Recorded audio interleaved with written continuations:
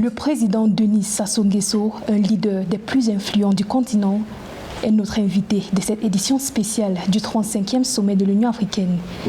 Il partage sa vision du développement du continent, les enjeux géostratégiques dans la perspective du sommet Europe-Afrique 2022, son plaidoyer dans la matérialisation de la zone de libre-échange, les infrastructures et l'industrialisation de l'Afrique. Bienvenue dans cette interview exclusive, Monsieur le Président. Merci, Madame. Le thème de ce sommet est renforcer la résilience dans la nutrition sur le continent africain, accélérer le capital humain, le développement social et économique. Quelle réflexion vous inspire ce thème pour l'Afrique et pour votre action dans votre pays, le Congo en particulier? Il s'agit d'un thème très important pour l'Afrique, un thème pertinent. Et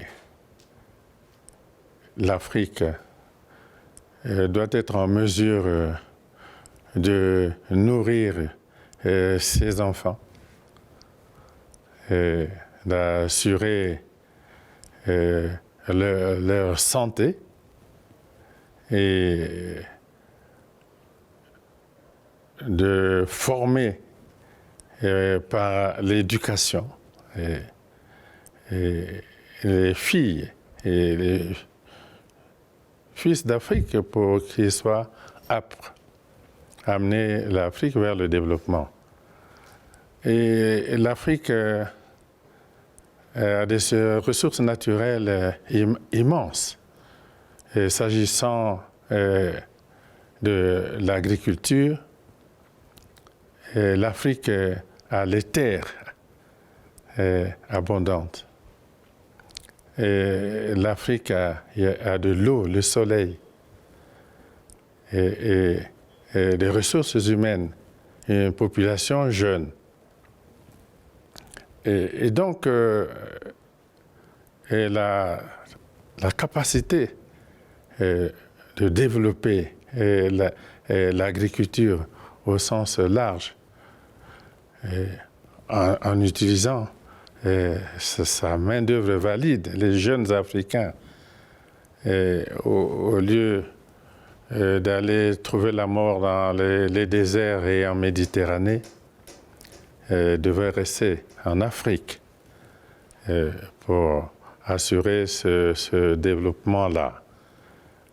Et je crois que les dirigeants africains ont déjà pris conscience de cette réalité et dans plusieurs pays d'Afrique, des dispositions sont prises pour que l'Afrique développe l'agriculture. Vous voyez que c'est tout un creuset de main-d'œuvre, des emplois par millions pour la jeunesse africaine. Et s'agissant de mon pays, nous venons d'adopter le plan 2022-2026. Le problème de l'agriculture est au centre de ce plan. C'est d'ailleurs le noyau dur de ce plan. Je crois qu'au cours de ces 5 prochaines années, nous allons mobiliser des ressources importantes qui seront affectées au développement agricole. Nous avons déjà commencé cette année et nous pensons que nous atteindrons cet objectif-là. Et nous voyons ici et là en Afrique, les dirigeants s'orientent dans cette direction-là qui est effectivement la base du développement de l'Afrique, développement de l'agriculture et de l'agro-industrie en Afrique. Je crois que nous avons espoir. Alors, Monsieur le Président, l'Afrique vient de traverser la pandémie de Covid-19 en faisant preuve d'une très forte résilience et en se redécouvrant des capacités de résistance. Quelles leçons tirez-vous de cette crise et quels sont les arguments pour assurer une solide relance économique du continent? Bon, au début de cette pandémie, les oiseaux de mauvais augure avaient annoncé le déclin de l'Afrique, que c'était la catastrophe. c'est des changements politiques qui devraient se produire en cascade en Afrique. C'était le désastre. Il est évident que l'Afrique a beaucoup souffert de cette pandémie sur le plan sanitaire, économique et financier. Mais comme vous l'avez dit vous-même, les peuples africains, oui, ont fait preuve de résilience face à cette pandémie. Et il y a eu des confinements, il y a eu des décisions diverses qui ont été prises par les dirigeants et les peuples ont suivi et ont résisté. Seulement, l'Afrique n'est pas seule dans le monde. L'Afrique partage cette terre avec d'autres peuples, et les peuples des pays qui sont développés plus que l'Afrique. Malheureusement, nous constatons que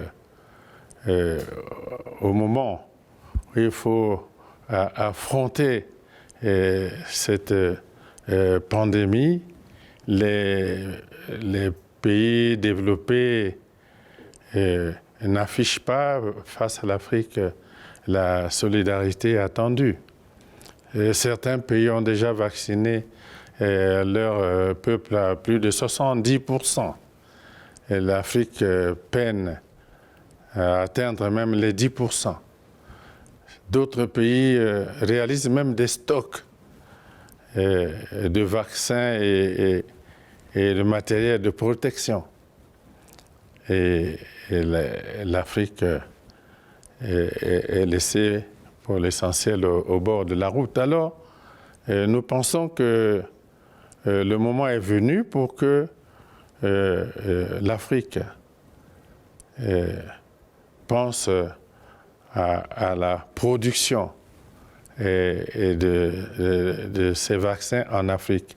Il y a des pays qui ont déjà lancé l'initiative, comme l'Afrique du Sud, peut-être le Maroc, le Sénégal, le Rwanda et d'autres. Oui, il va falloir que l'Afrique produise ces vaccins, que pas seulement les vaccins, mais que des industries pharmaceutiques soient installées en Afrique. Cette résolution a déjà été prise. Et au niveau de l'Union africaine, nous allons nous engager.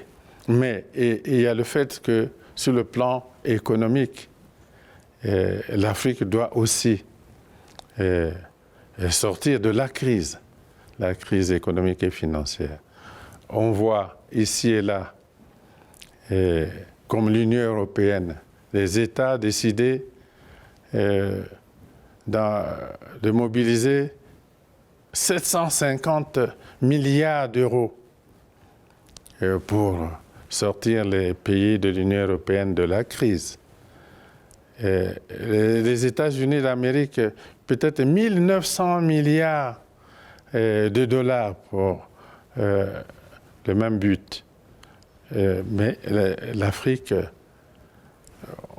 on a à peine obtenu quelques 33 milliards de dollars de DTS. Pour toute l'Afrique, 33 milliards de DTS, de dollars de DTS.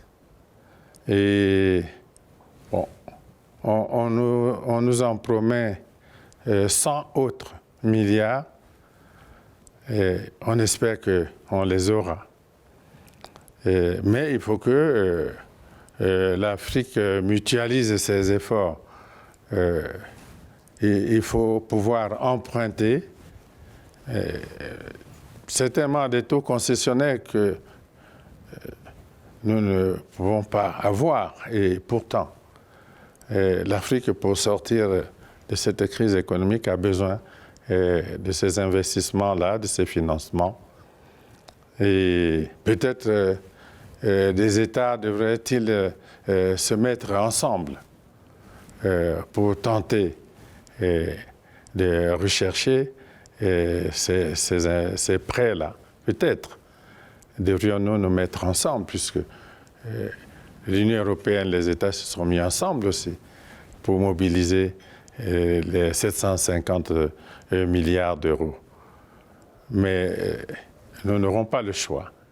Et les peuples d'Afrique ont fait preuve de résilience, oui, mais ils s'organiseront, je suis convaincu, pour sortir de la situation de crise actuelle. Vous présidez le comité de haut niveau de l'Union africaine sur la Libye. Après plusieurs étapes, vous avez su ramener les protagonistes à accepter la notion démocratique à travers une élection présidentielle. Quel bilan faites-vous de votre mission ? Quelles sont les perspectives de stabilité et d'unité possibles pour la Libye au terme de cette élection présidentielle ? Bon, nous ne sommes pas à l'heure de bilan. Et la situation libyenne est une situation complexe. La crise libyenne est complexe. Nous venons de faire au sommet une proposition concrète. Je pense que le sommet prendra une décision pour que cette proposition soit mise en œuvre.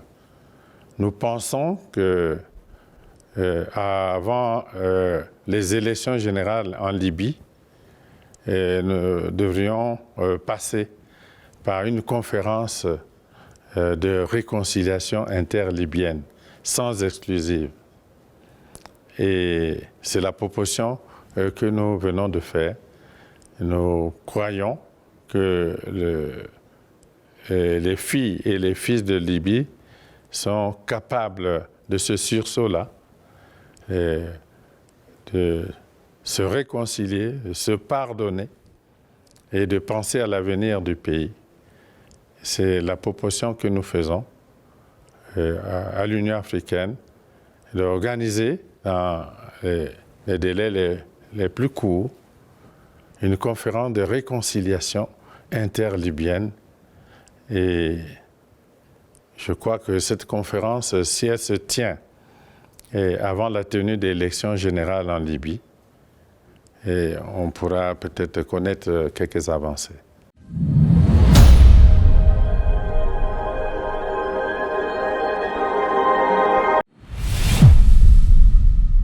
Au Burkina Faso, en Guinée et au Mali, la transition démocratique en Afrique vient de subir l'épreuve des coups d'État. Comment expliquez-vous une telle situation ? Quelles sont les solutions face à ce nouveau challenge de l'évolution institutionnelle et du modèle de transition démocratique dans nos pays ? Bon, je crois que là, nous sommes en train de connaître un recul, un recul de la démocratie en Afrique.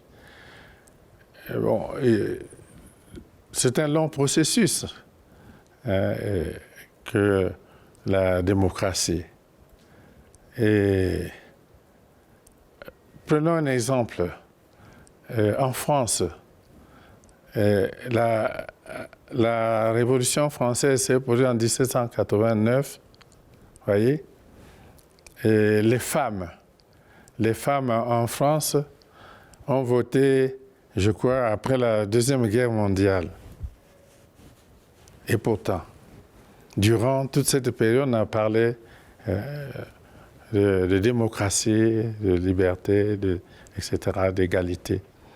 Donc c'est un long processus et nous pensons que ce processus va connaître des hauts et des bas. Et je crois que les coups d'État dont vous parlez sont un recul. L'Afrique avait marqué quelques pas en avant, mais là, on est en train de connaître quelques reculs. Mais il faut que l'on surmonte cela pour poursuivre dans la voie de la démocratie. Les pays dont vous parlez sont des pays en crise. Et il y a le terrorisme. Il y a le terrorisme dans ces pays. Il y a des difficultés économiques. Il y a des difficultés financières. Et justement, à cause de ces difficultés-là, ces pays devraient avoir des institutions fortes en liaison avec des armées organisées et le peuple. Ils ont besoin de plus d'unité que de crises comme nous les voyons et qui affaiblissent les capacités de lutte de ces pays face au terrorisme.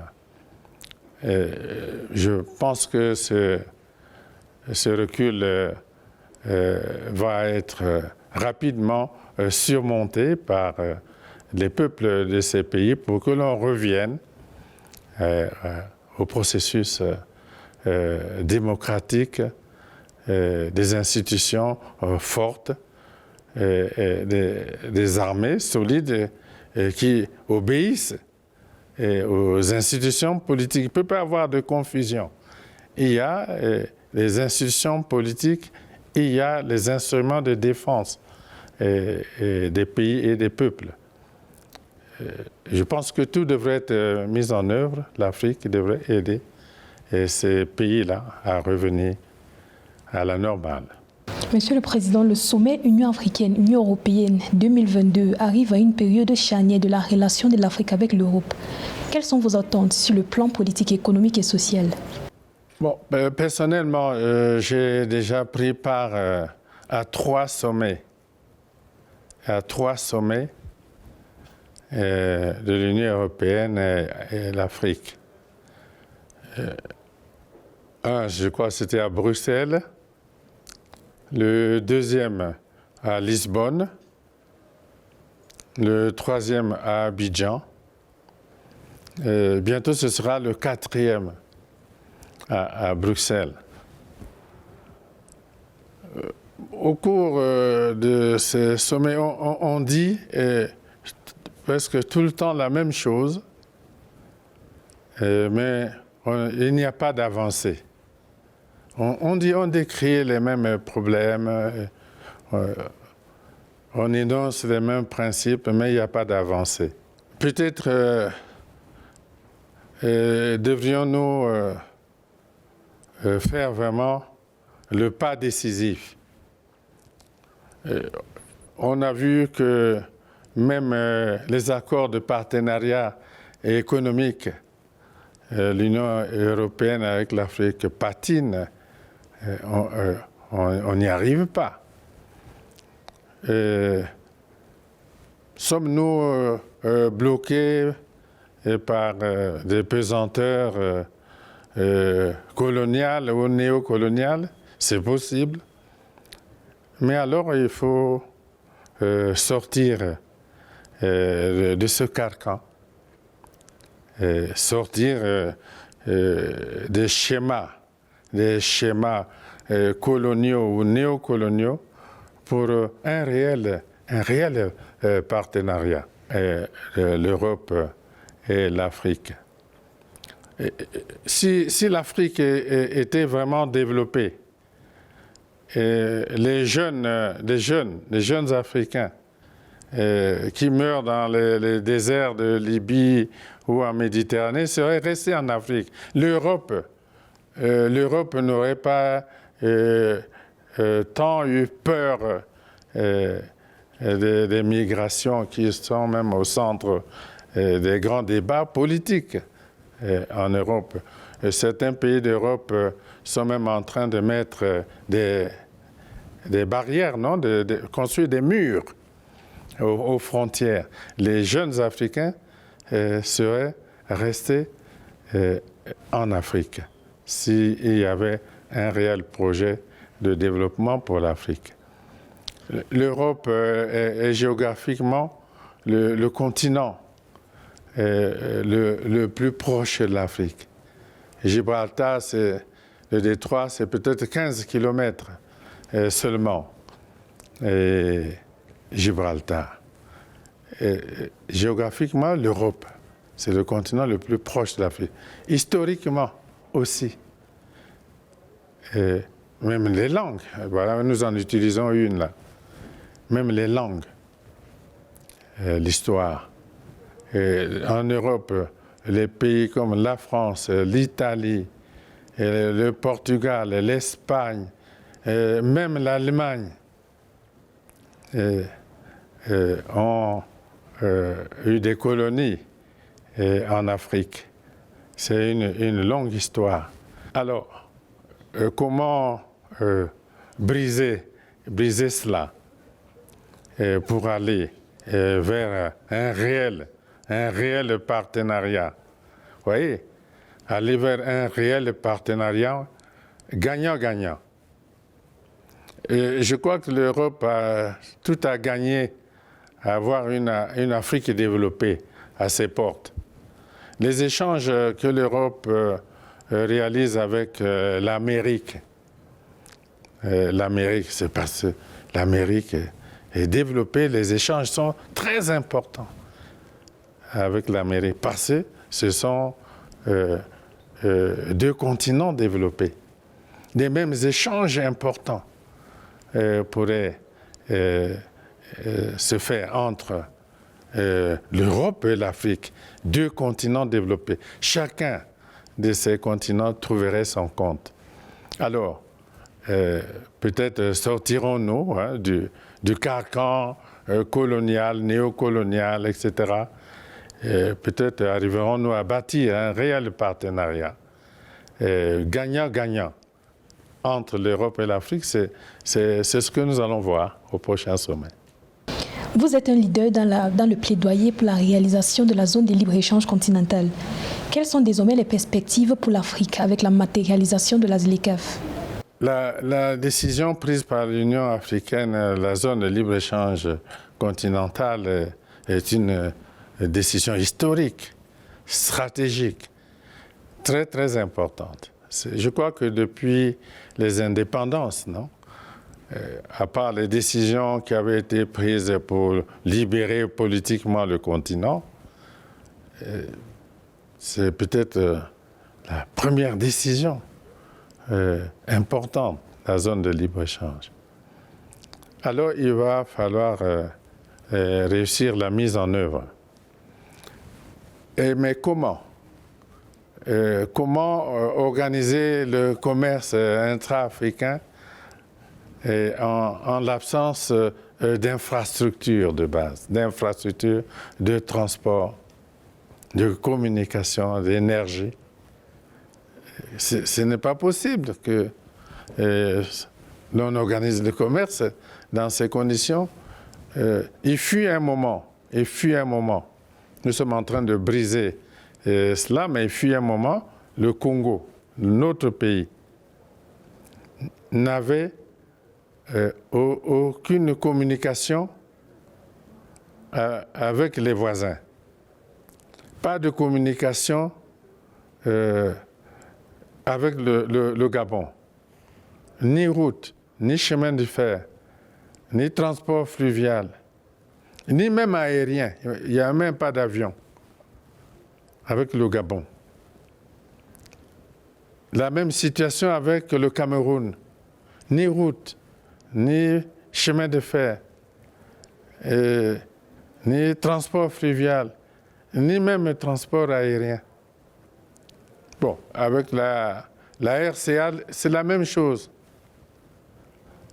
Peut-être, Dieu a donné un fleuve, le Bangui, mais qui n'est navigable peut-être que 6 mois sur 12.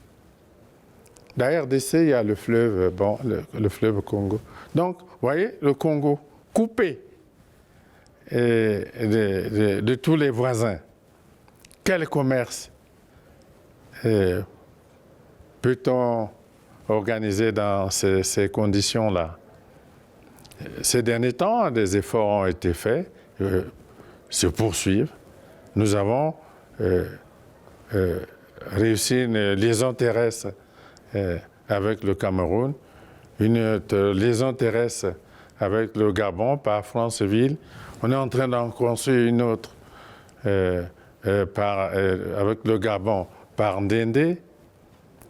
Et on a le projet avec la RDC, la construction du pont route-rail sur le fleuve Congo, le projet très avancé maintenant.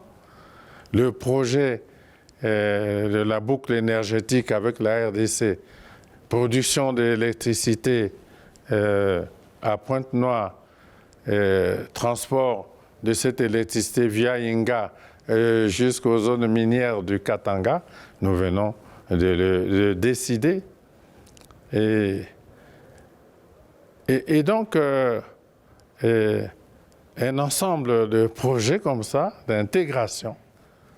Nous lançons en ce moment le corridor 13, la construction de la route Brazzaville et Bangui-N'Djamena, le projet en cours, l'interconnexion, les télécommunications avec le Gabon, le Cameroun, c'est déjà fait, avec la RCA, c'est déjà fait. Donc, sans ces infrastructures de communication, je ne vois pas comment on pourrait sérieusement lancer la zone de libre-échange continentale africaine. Mais, comme vous le savez, la réalisation de ces infrastructures a un coût considérable. Voilà où se trouve aussi le problème. Surtout en Afrique centrale, où il y a des grands fleuves, des forêts, des zones inondées, quelques montagnes. Vous ne pouvez pas imaginer à quel prix on doit réaliser ces infrastructures-là. Et pourtant, il nous les faut. Alors, comment obtenir des financements concessionnels? Voilà. Comment l'Afrique peut-elle mobiliser des financements pour la réalisation de ces infrastructures qui sont indispensables au développement de la zone de libre-échange continentale africaine. Mais c'est un défi et nous sommes condamnés à le relever. Alors, Monsieur le Président, une dernière. Le développement de l'Afrique est freiné par son manque d'infrastructures, une industrialisation déséquilibrée et une dépendance très forte à l'investissement international. Comment franchir ces écueils qui entravent une réelle indépendance économique du continent? Bon, nous venons d'écouter le rapport du président Nana du Ghana sur la mise en place d'institutions financières africaines. Nous serons certainement obligés de passer par là, par la mise en place de banques centrales africaines, de banques d'investissement pour l'Afrique. On dira qu'on a la BAD, mais cela n'est pas suffisant. C'est tellement qu'il faut que l'Afrique passe par la mise en place d'institutions financières africaines, de banques d'investissement pour l'Afrique. C'est un dossier qui est sur la table de l'Union africaine. Et tout à l'heure, on venait d'en faire le point dans un rapport fait par le président Nana. Merci d'avoir suivi cette interview. L'information continue sur Africa 24. C'est moi qui vous remercie.